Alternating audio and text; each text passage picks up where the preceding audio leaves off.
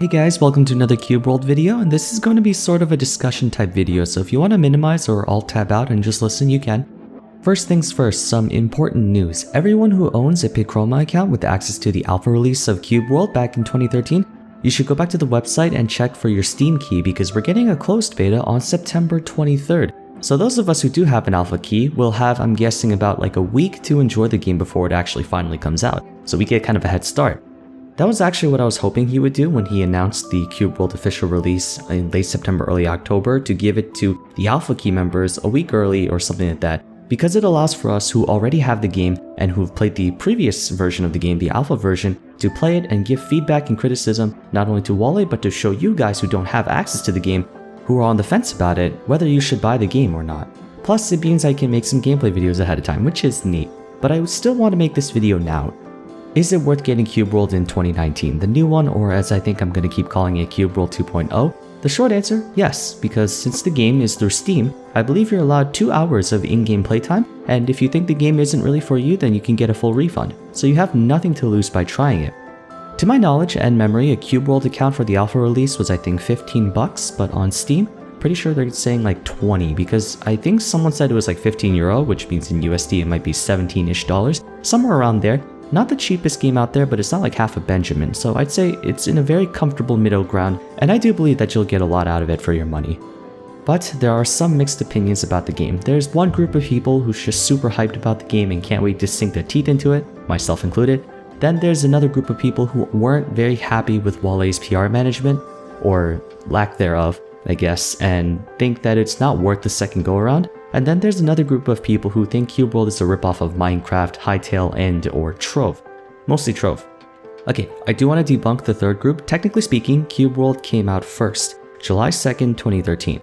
And then Trove came out on July 2015 with the console release in 2017. So while Cube World is still only an alpha, its first commercial release came before Trove. So if we go by the same argument, Trove is technically a ripoff of Cube World, not the other way around. However, I don't think it's a good idea to compare Cube World to the other three famous voxel games, primarily because they're not the same game. Just because it's a voxel game filled with cubes, that doesn't mean you should immediately assume one is like the other.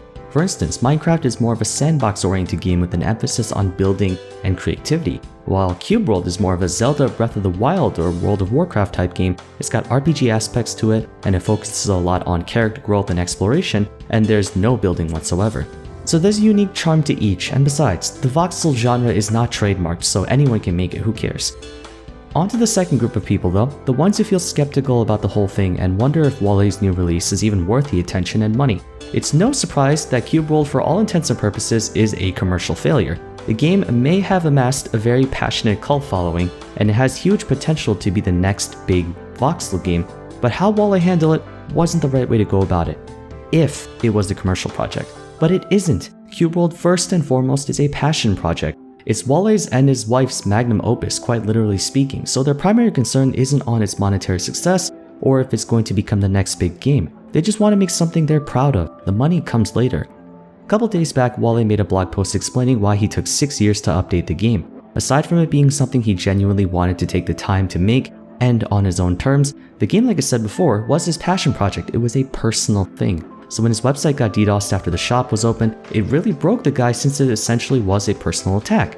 That and how much pressure we put on him to get stuff done through social media, with some of them even being kind of insensitive or overly demanding. Everyone was telling him to do this, do that, and I guess it just got to him really hard. I can empathize with him, being an aspiring writer and game developer, and I guess a content creator as well. No matter how much thick skin you make for yourself, whenever someone attacks your work or criticizes you, even if that criticism has the best intentions backing it, some of that backlash is always taken personally, and it's hard to shield yourself from that. The game industry is very tough. Most of the time, it's not so much the developers doing what they want, now you just have to meet the demands of your players or risk just failing. He did also say he's a perfectionist, so maybe he just wasn't too satisfied with how the game was looking, but I think that's a good thing. I like to look at both sides of the coin, and I also consider myself an optimist. I prefer to believe that something will succeed rather than it failing, because then why even do it in the first place, right? There are 3 factors that are in place that I think determines why Cube World is worth going into, and I think Cube World will be successful. Wale being a perfectionist might be seen as a negative trait to many people, because it means you set unrealistic expectations for yourself and for your work that ultimately spiral into this habit of never getting anything published, right? But he did publish Cube World. This gives me the idea that he's finally happy with the game the way it is now. The last update we saw from him was July 2017, before he came back in January 2019. And by then, many people have already given up on Cube World, but Wale didn't. Just by looking at all the teasers that he's given us over the years, we can expect a great game, because it's something that he's proud of. This means that we'll see exactly what his vision was of Cube World and his vision alone. No one else influenced the final product but him and his wife. No matter how many times the people on social media told him to do X, Y, and Z, it ultimately came down to him.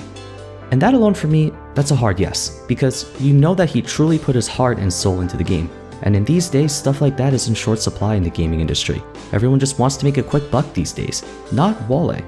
Second, while it would have been better for him to give us patches for his new content, we're being slammed with it all at once. Every single update he's touched on in the past 6 years, and with the sheer amount of content we've seen, plus tens, if not hundreds more that he didn't present to us, it's easy to come up with an idea of how the new version will look. Moreover, Cube World at its core is a very good game, even the alpha version. The only thing it lacked was depth and content. There wasn't much to do and everything was pretty bare bones, which Wale is giving to us now in the coming release. There's a whole bunch more to do. In fact, I think he kind of went above and beyond with a few things. Third, I said it over and over again in the video, but this is his passion project. It may come off as cringy sentiment to some people, but because this means more to Wale than just making good sales and good money. In fact, it might be more important to him than it is for us. People think he's going to release this on Steam and disappear forever, but I don't think so. If it's his passion project combined with his perfectionism, I think we can expect consistent updates from him, be it every month or even every year.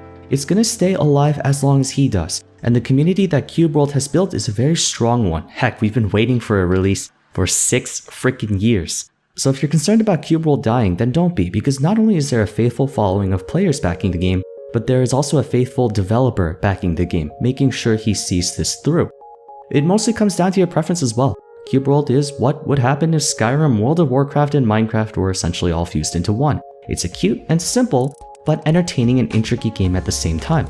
Hours of content, not just in single player, but in multiplayer. Not to mention, due to its style, it's fit for all ages, children, teenagers to adults, so you can expect a very broad audience of players and not just people with anger issues going keyboard warrior because their team is feeding and losing the game.